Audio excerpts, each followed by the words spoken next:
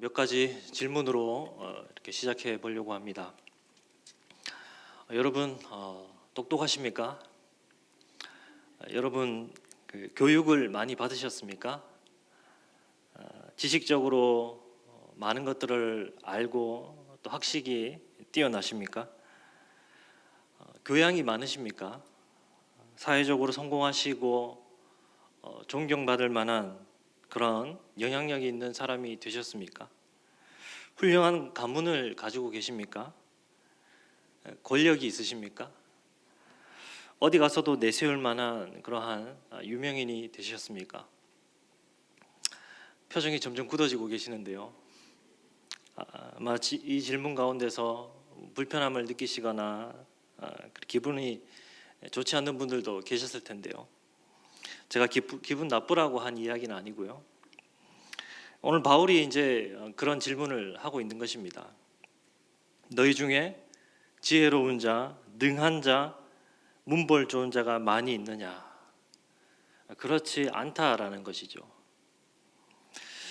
한마디로 고린도 교회 성도들, 너희들은 자랑할 것이 아무것도 없다라는 것입니다. 너희들은 아무것도 아니다라고 이야기를 하는 것입니다. 바울이 왜 이렇게 이야기를 하고 있을까요? 지금 그들이 무언가를 자랑하고 있기 때문입니다. 무엇을 자랑했을까요? 한마디로 부끄럽게 하는 것들, 부끄럽게 만드는 것들, 이것을 자랑하고 있었다라는 것입니다. 바울은 앞선 문맥에서 그 부끄럽게 만드는 것들에 대해서 설명을 했었습니다. 부끄럽게 만드는 것이란 바로 세상의 지혜였습니다. 고린도 교회는 세상의 지혜를 추구하는 교회였습니다. 사실 고린도 교회의 모든 문제는 여기에 있었습니다. 하나님의 지혜가 아닌 세상의 지혜를 추구했다라는 것입니다. 하나님의 지혜를 따른다면 비록 약할 수는 있으나 부족할 수는 있으나 분쟁은 없었을 것입니다. 하나님의 지혜를 따른다면 사람들의 멸시를 받을 수는 있으나 실패하지는 않습니다. 그러나 고린도 교회는 하나님의 지혜를 따르고 있지 않았다라는 것입니다. 원래부터 교회라는 것은 세상의 원리와 세상의 가치로 세워진 것이 아닙니다. 교회는 세상이 강하다고 칭찬하고 세상이 위대하다고 말하는 그 가치로 세워진 것이 아닙니다.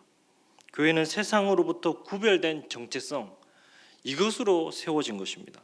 이것으로 시작된 것입니다. 교회는 원래 이 세상의 가치로부터 벗어나서 하나님의 백성으로 부름받는 것에서 시작되었습니다. 그런데 고린도 교회는 여전히 그 세상의 그 맥락 가운데서 그 세상으로부터 그 힘을 수혈받고 있었다라는 것입니다. 오늘 이 세상의 지혜라는 것은 그 헬라 문화의 맥락에서는 말의 지혜를 말하는 것이었습니다. 헬라의 문화권에서는 이 말의 지혜를 추구하는 그러한 문화였습니다. 그래서 이 웅변술과 이 수사학들이 발달했습니다. 설득력을 가진 말이나 아름다운 그런 말의 지혜를 추구했고 또 그런 것들에 의해서 사람들을 평가했습니다. 그리고 누가 더 뛰어난가, 어떤 선생이 더 잘하나, 누가 더 탁월한가, 그 잘하는 선생들을 따라가고 존경하고 후원하고 그렇게 하였던 것입니다. 그러다 보니 그 선생들을 중심으로 사람들이 모여들기 시작했고 파벌을 형성하기 시작했다는 것입니다. 그 결과 그것으로 힘을 모으고 권력을 모으고 서로 누가 잘하나 다투고 싸우고 분쟁하게 되었다라는 것입니다. 고린도 교회도 그 어떤 말의 지혜를 추구하는 그 헬라적 문화의 그 흐름이 유사하게 있었던 것입니다.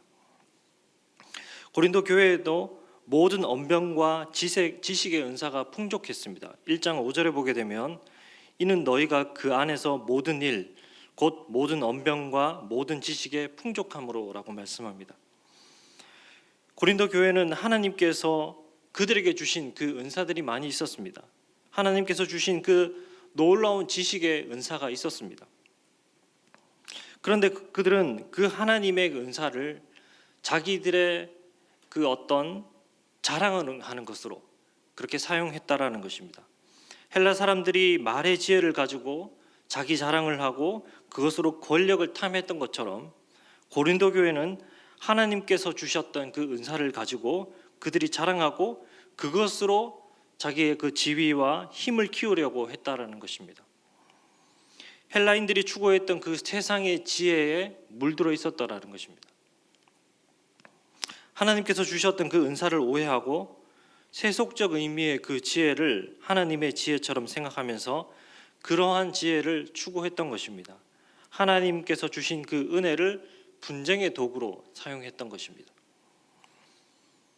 고린도 교회 이후에 보면은 이제 계속적으로 그 은사의 문제에 대해서 다루게 되는데요. 하나님께서 은사를 주신 이유가 무엇일까요? 다른 데 있는 것이 아닙니다. 여러분 이곳에 뭐 한 100여 명 앉아 계신다고 한다면 여러분 이곳에 100여 명이 있다고 전구가 100개가 필요한 것이 아니지 않습니까? 여러분 방에 온 가족들이 다 모였습니다. 방에 식구만큼 전등의 숫자가 필요합니까? 여러분 가족이 5명이라고 하면 방에 전등을 5개를 켜야 됩니까? 그것이 아닙니다. 한 개면 충분합니다. 하나님께서 은사를 공동체 모두에게 주시지 않습니다. 누군가에게 주십니다. 그렇다면 그 주신 것은 그것을 다른 사람에게 없는 능력이라고 자랑하라고 주신 것이 아니라 다른 사람을 위해서, 다른 사람의 유익을 위해서 사용하라고 주신 것이죠. 자기 자랑하라고 주신 것이 아니다라는 것입니다. 그런데 고린도 교회는 그 받은 은사를 가지고 그 지식의 은사를 가지고 자랑하기 시작했습니다. 하나님의 그 은사를 일종의 그 세상의 지혜처럼 생각을 하고 그것으로 자기를 높이는 그렇게 자랑을 삼았다라는 것입니다. 은사를 어떤 세상의 어떤 지혜로서 받아들였을 뿐만 아니라 오히려 그것 때문에 하나님의 지혜를 미련한 것으로 여기고 사소한 것으로 여겼다라는 것입니다. 그들이 그렇게 세상적 지혜를 추구하고 그것을 자랑하기 시작했을 때 그들 가운데 나타나기 시작했던 것은 바로 분쟁과 갈등이었습니다. 여러분 우리가 어떤 사람을 파악할 때 그 사람이 어떤 사람인가 알려면 무엇으로 우리가 알 수 있을까요? 그 사람의 이상이 아니라 그 사람의 자랑입니다. 그 사람이 하는 이상적인 말, 그 사람이 꿈꾸고 추구하는 비전으로 그 사람을 알 수 있는 것이 아닙니다. 그 사람이 평소 하는 그 자랑으로 그 사람이 어떤 사람인지 가장 정확하게 알 수 있는 것이죠. 그 사람이 자랑하는 것이 그 사람이 가장 추구하는 것들이고 그 사람이 가장 본질적으로 좋아하고 기뻐하는 것입니다. 우리가 말이야 얼마든지 그럴듯하게 포장을 하고 얼마든지 좋은 이상을 말하고 좋은 비전을 말하고 그렇게 말할 수 있지 않습니까? 그러나 그 사람이 자랑하는 것에는 정말 그 사람이 추구하는 가치와 생각들이 들어있다라는 것입니다. 늘 자기의 성공과 자기의 안정과 돈과 성취 이런 것들을 자랑하는 사람은 그 사람의 진정한 가치가 거기에 있다라는 것입니다. 때로는 해로울 것이 없는 자랑 같지만은 늘 자식 자랑을 하는 사람은 어쩌면 그것에 자기의 탐심이 담겨져 있을 수도 있습니다. 자기가 자랑하는 것에 정말 자신이 그 추구하는 것이 무엇인지 드러나게 된다라는 것입니다. 고린도 교회는 무엇을 자랑하고 있습니까? 세상의 지혜를 자랑하고 있다라는 것입니다. 그런데 그들이 그 세상의 지혜와 학식과 그 성공을 자랑하지 않아야 되는 이유는 그들은 원래부터 그 세상의 가치로 형성된 존재가 아니기 때문입니다. 물론 이 세상의 지혜에도 참 좋은 것들이 많이 있습니다. 이 세상의 지혜도 여러 가지 인생의 문제들을 해결하고 또 우리에게 행복과 그러한 안정을 줄 수가 있습니다. 세상의 지혜로도 정말 많은 유익들이 있습니다. 우리의 이성들을 발전시키고 합리성과 우리의 어떤 사고를 발전시킬 수 있습니다. 더 나은 삶을 살아가게 만들 수 있습니다. 유익한 것이 많다라는 것입니다. 다 나쁜 것이 아닙니다. 그러나 아무리 그 뛰어난 명철과 그 어떤 헬라적인 그 지혜를 소유했다라고 할지라도 중요한 것은 그것으로 결코 하나님이 누구이신지, 하나님의 능력이 무엇인지, 또 하나님께서 주시는 그 영생이 무엇인지 깨닫게 하지는 못한다라는 것입니다. 그것으로 하나님께서 보내신 자 예수 그리스도를 알 수는 없다라는 것입니다. 다시 말하면 세상의 지혜는 살리는 능력이 없고 또 세상의 지혜는 실효성이 없는 그 지혜라고 말할 수 있는 것입니다. 조금이라도 세상의 철학이나 세상의 권세나 세상의 지위나 능력이나 학식이라 이런 것들로 하나님의 지혜에 도달할 수 있었다면 하나님께서 그런 주장들을 폐하지도 않으시고 무너뜨리지도 않으셨을 것입니다. 그런데 21절 하반절 우리가 보게 되면은 하나님께서 이렇게 말씀하시죠. 하반절에 하나님께서 전도에 미련한 것으로 믿는 자들을 구원하시기를 기뻐하셨도다. 하나님은 전도에 미련한 것으로 믿는 자들을 구원하시기를 기뻐하셨다라고 말씀합니다. 여기서 전도라는 것은 우리가 흔히 아는 복음 전하는 그 방식으로서의 전도가 아닙니다. 여기서 전도 그 캐리그마는 그 복음의 내용을 말하는 것입니다. 전도하는 행위가 아니라 전하는 내용인 그 복음을 말하는 것입니다. 그래서 전도에 미련한 것으로 복음을 전하게 하셨다라는 것은 하나님께서 이 전도, 즉 이 복음을 통해서 하나님께서 이 믿는 자들을 구원하신다는 것입니다. 이 복음의 메시지, 예수 그리스도의 십자가 형벌의 그 죽음을 통해서 하나님께서 구원하신다라는 것입니다. 이것은 아주 미련해 보이는 메시지입니다. 이것은 유대인들도 비웃었고 헬라인들도 비웃었습니다. 업신여겼던 그런 메시지입니다. 세상의 지혜를 대표하는 이 두 부류조차도 이 십자가를 다 미련하다고 그렇게 말했습니다. 누구나 다 아는 사실이지만 십자가 처형이라는 것은 가장 수치스럽고 치욕스럽고 가장 비천한 그러한 것입니다. 아무도 귀담아 듣지 않는, 관심 가지지도 않는 그러한 메시지입니다. 복음은 이렇듯 정말 가장 미련한 것처럼 보이고 가장 어리석어 보이는 그러한 내용이었다라는 것입니다. 꺼림직하고 정말 어떤 성공과 그런 복과는 전혀 거리가 먼 그러한 내용입니다. 그런데 하나님께서 이 미련한 것을 통해서 그 하나님의 그 구원의 능력으로 사용하셨다라는 것입니다. 아무도 거들떠보지도 않는 가장 멸시받고 천대받는 것들을 들어서 하나님께서 가장 존귀한 일을 행하셨다라는 것입니다. 하나님의 그 구원의 사역을 이루는 일에 사용을 하셨습니다. 그러므로 이것을 하나님의 지혜다라고 말하는 것입니다. 세상의 지혜로는 결코 이것을 알지 못하도록 하셨고 세상의 지혜로는 결코 도달하지 못하도록 하신 것이 바로 이 하나님의 지혜였다라는 것입니다. 복음에는 이러한 역전된 가치가 들어 있습니다. 아무것도 아닌 이전의 그 모든 지위들을 뒤집고 새로운 지위를 얻게 하는 그 놀라운 능력이 들어 있는 것입니다. 가장 어리석고 가장 연약한 것을 강한 것으로 바꾸는 그러한 능력이 있는 것입니다. 사실 바울은 이 복음을 설명할 때 지혜라는 용어를 잘 사용하지 않습니다. 다른 서신서에 보면 그렇게 표현한 적이 없습니다.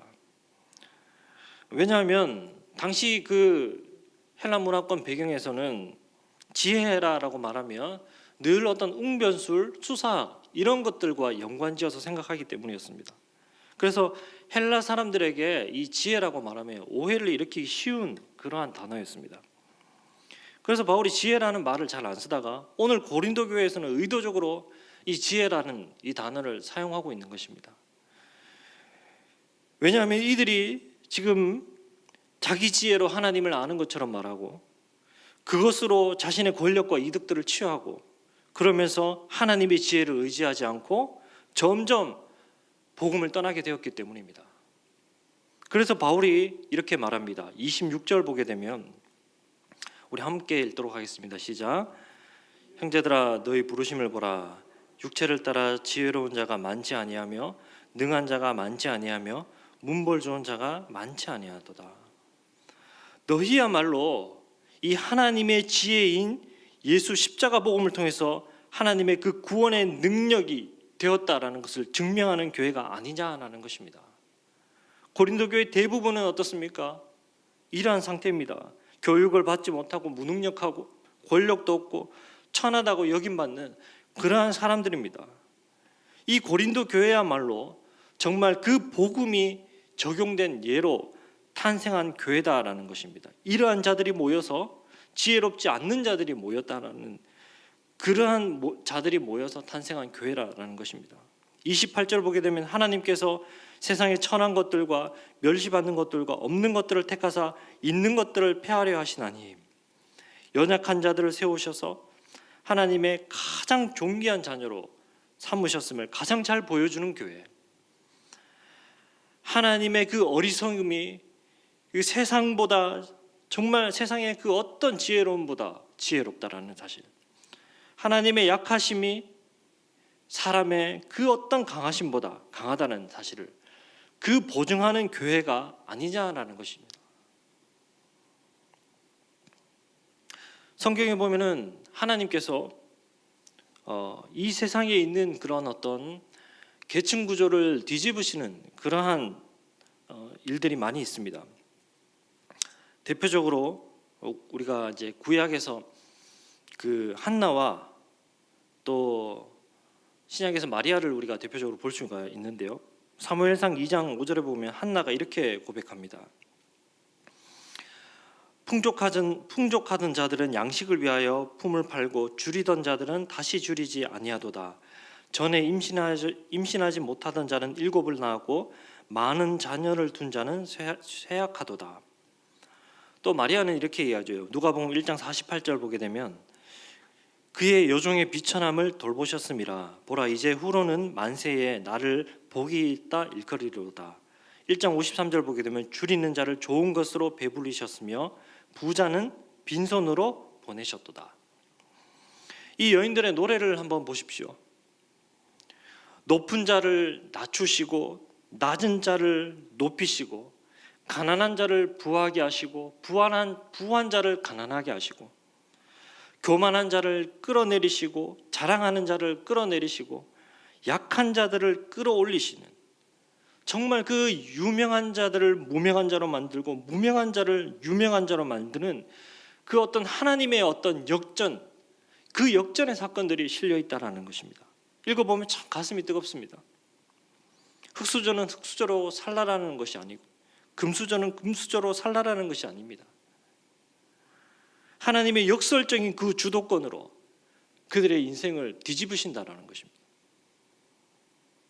고린도 교회는 바로 그런 역전의 하나님의 그 역전의 그 은혜로 생겨난 교회입니다. 그 능력의 복음으로 시작된 교회입니다. 우리 모두도 그렇지 않습니까? 누가 받을 만한 자격이 있어서 그럴 만해서 능력과 지혜가 출중해서 그렇게 하나님의 자녀가 된 사람이 있습니까? 우리 모두는 가장 연약하고 가장 보잘것없는 그러한 자들이었습니다. 하나님의 역설적인 그 주도권으로 그 하나님의 실력으로 믿음 안에서 십자가 생명의 복음을 그 은혜를 누리는 존재가 되게 하신 것이 아닙니까? 그런데 그 가운데 사람들이 그 세상의 지혜와 문벌과 능한 것에 관심을 가지고 그것에 고린도 교회 사람들은 그것을 자랑하기 시작했다라는 것입니다. 그것을 가지고 점점 그들은 높아지려고 하기 시작했다라는 것입니다. 점점 하나님의 지혜를 떠나게 되는 것입니다. 하나님의 지혜와 하나님의 방법은 그것이 아니었는데 가장 약한 것들을 들어 쓰시는 것이었는데 그들은 그 약한 가운데서도 또 하나님께 받은 것들을 자랑하기 시작했던 것입니다. 십자가로부터 멀어지고 있었다라는 것입니다. 그래서 바울은 다시 십자가만 자랑할 것을 말합니다. 2절 보게 되면은 2장 2절 보게 되면 이렇게 말씀하죠. 내가 너희 중에서 예수 그리스도와 그가 십자가에 못 박히신 것 외에는 아무것도 알지 아니하기로 작정하였습니다. 그들에게 발생된 그 모든 역전의 사건은 십자가로 말미암아 이루어진 일이었습니다. 만약에 십자가로 이루어진 이 역전으로 우리를 유명하게 만들지 못한다면 그 어떤 것도 우리를 유명하게 만들지 못합니다. 그러므로 십자가라는 것은 우리 신앙의 중심이라는 것입니다. 우리 신앙의 본질은 십자가입니다. 내가 얼마만큼 열심히 했고, 내가 얼마만큼 견뎠고, 얼마만큼 수고를 했고 헌신을 했냐, 이것이 우리 신앙의 본질이 아닙니다. 십자가가 우리의 본질입니다. 십자가라는 그 중심을 잘 잡고 있을 때 우리의 모든 믿음의 원리, 또 이 역전의 이 원리는 제대로 작동하기 시작합니다. 가끔 인상을 쓰고 눈을 찡그리는 아이들이 있습니다. 왜 자꾸 너는 이렇게 인상을 찡그리고 있냐고 사람들이 묻습니다. 그런데 사실 그 찡그리고 있는 것이 본질이 아닙니다. 그 아이는 눈에 초점이 잘 맞지 않는 것입니다. 눈에 초점이 맞지 않아서 계속 찡그리고 있습니다. 인상을 쓰는 것입니다. 근데 교회도 마찬가지입니다. 교회가 왜 그러냐? 교회가 왜 그렇게 찡그리냐? 왜 그렇게 부족하냐? 왜 그렇게 기쁨이 없냐? 이유는 본질을 잃어버렸기 때문입니다. 십자가라는 그 초점, 그 본질을 잃어버렸기 때문입니다. 그 초점이 맞지 않기, 십자가라는 그 초점이 맞지 않기 때문입니다. 십자가라는 그 초점을 잃어버리는 순간 찡그리기 시작합니다. 뭐가 무엇인지 잘 보이지 않기 시작합니다. 십자가의 본질을 잃어버리게 되면 기쁨도 사라지고 능력도 사라집니다. 초점이 생긴다라는 것은 균형이 생기는 것과도 같은 이치인데요. 이제 동계 올림픽이 끝났습니다만은 그 올림픽 종목에 보면 뭔가 빙글빙글 도는 것들이 참 많이 있습니다. 피겨 스케이트도 그렇고 뭐 쇼트트랙, 스피드 스케이팅 다 도는 것이지 않습니까? 도울 때 가장 중요한 것이 속도를 빨리 내는 것이 아니라 균형을 잘 잡는 것이죠. 몸의 중심과 균형을 잘 잡는 것이죠. 그래야 튕겨나가지 않습니다. 이 물맷돌을 돌리게 될 때 이 원심력이 생깁니다. 이 원심력이 생긴다는 것은 뭐냐면 그 중심이 있기 때문입니다. 중심과 잘 연결되었기 때문에 이 원심력이 돌아가는 것이죠. 이 중심을 잘 잡아야 그 원심력을 통해서 멀리 보낼 수 있는 것입니다. 올림픽에서도 뭐 포환 던지기, 원반 던지기, 해머 던지기 뭐 이런 것들 하계 올림픽의 육상 종목에 보게 되면은 그러한 원심력으로 던지는 것들이 있습니다. 그런데 멀리 던지려면 이 중심을 잘 잡아야 되는 것이죠. 던지는 사람의 이 중심이 흔들려 버리면, 던지는 사람의 중심이 무너져 버리면은 하는 사람도 다칠 뿐만 아니라 이것도 공도 멀리 보낼 수가 없는 것입니다. 신앙생활에서 중심이라는 것은 뭐냐면 바로 십자가입니다. 십자가에서 그 원심적 작용이 일어나고 십자가의 모든 중심과 초점이 맞춰지게 될 때 신앙은 건강하고 또 바르게 유지하고 멀리 갈 수가 있습니다. 교회가 하나 된다라는 것은 결코 저절로 되지 않습니다. 교회의 성품이 좋아서 되는 것이 아닙니다. 우리 여기 성품 좋은 사람이 없지 않습니까? 교회가 정말 어떤 분열과 갈등들을 뛰어넘고 그 문제를 뛰어넘고 하나가 되는 것은, 정말 좋은 교회가 되는 것은 다른 것이 아니라 그 십자가의 중심성, 이것이 회복될 때입니다. 십자가의 중심성을 가지고 예배하고 이 십자가의 중심성 가지고 선교하고 이것을 가지고 봉사할 때 그 본질의 그 생명이 나타나게 되는 것입니다. 누가복음 10장에 보면은 마리아와 마르다의 이야기가 나오죠. 마르다는 정말 열심히 일만 했습니다. 그 일을 하면서 또 원망하기도 했습니다. 그런데 마리아는 주님 발 앞에서 그 주님의 말씀을 들었습니다. 마르다가 주님께 찾아와서 일 좀 거들게 해달라고 그렇게 부탁을 했습니다. 예수님께서 뭐라고 하셨습니까? 몇 가지만 하든지 혹 한 가지만이라도 족하니라. 이게 무슨 말인지 조금 애매한데요. 영어에서는 명확하게 번역되어 있습니다. One thing is necessary라고 합니다. Only one thing is necessary. Only one thing is needed. 한 가지가 필요하다라는 것입니다. 많은 것들이 필요한 것이 아닙니다. 정말 필요한 것은 한 가지다라는 것입니다. 이것을 잃으면 모든 것을 잃는 것이고 이것을 얻으면 모든 것을 얻는 것입니다. 그것이 무엇입니까? 십자가라는 것입니다. 우리 삶에 이 십자가의 중심성이 회복되시기를 소망합니다. 이 십자가의 그 결과가 무엇입니까? 우리 30절에 나오는데요. 다 같이 한번 읽어보도록 하겠습니다.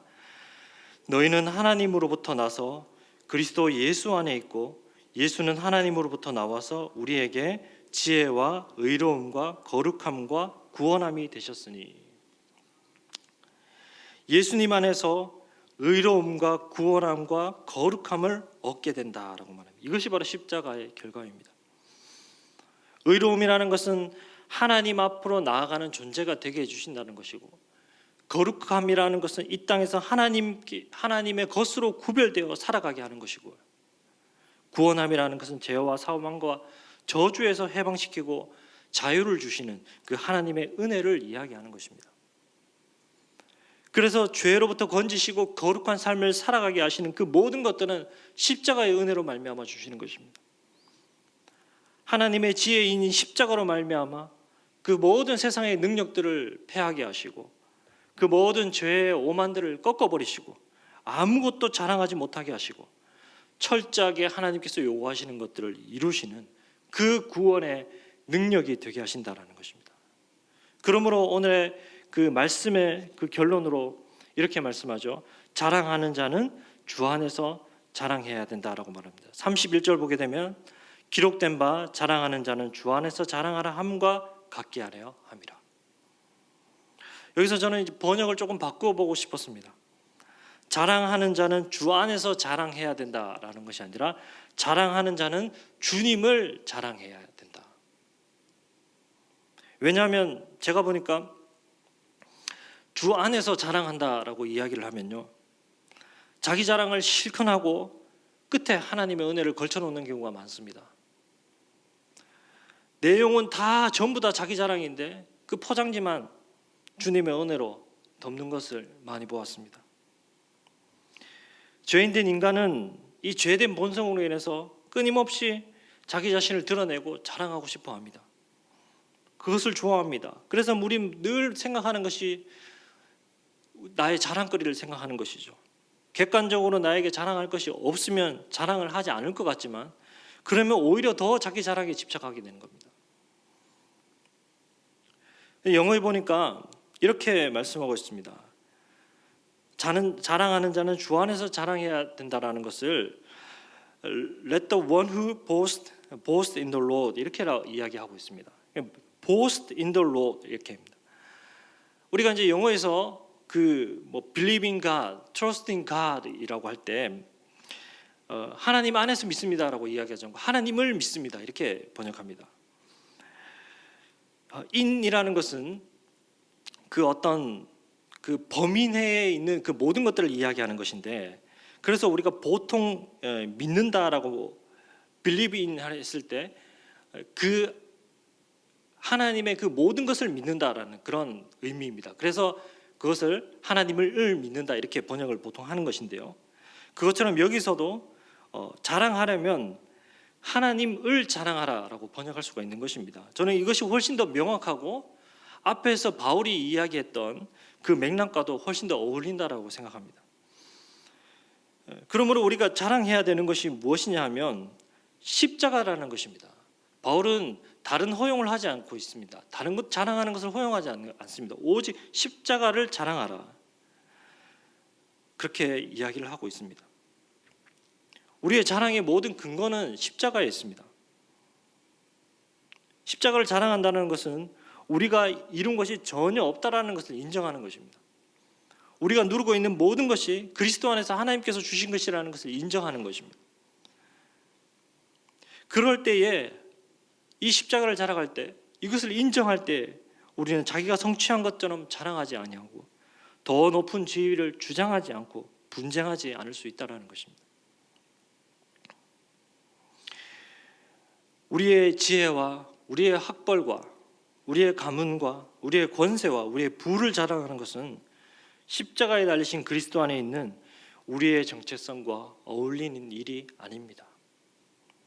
우리와 어울리는 것은 십자가 그리스도의 그 낮아지심에 동참하는 것뿐입니다. 그리고 그분을 높이는 일, 이것입니다. 우리가 여러분 이곳에서 무엇을 더 얻을 수 있겠습니까? 우리가 스스로 자랑할 수 있는 무언가를 가지고 있다라고 생각하는 순간 그는 하나님의 그 지혜와 구원과 멀어지게 되는 것입니다. 29절은 분명하게 말씀하고 있습니다. 이는 아무 육체도 하나님 앞에서 자랑하지 못하게 하려 하심이라. 멸시받고 천대받고 가장 약한 자를 하나님께서 선택하신 이유는 다른 데 있는 것이 아닙니다. 자랑하지 못하도록 하기 위해서.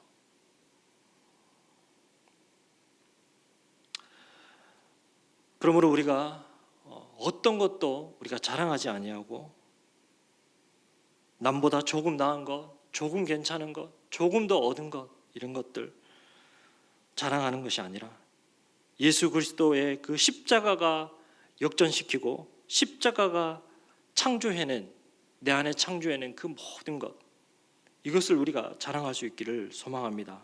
하나님의 지혜와 능력과 승리를 예수 그리스도를 자랑하는 삶으로 말미암아 경험할 수 있는 우리 모두가 되시기를 축복합니다.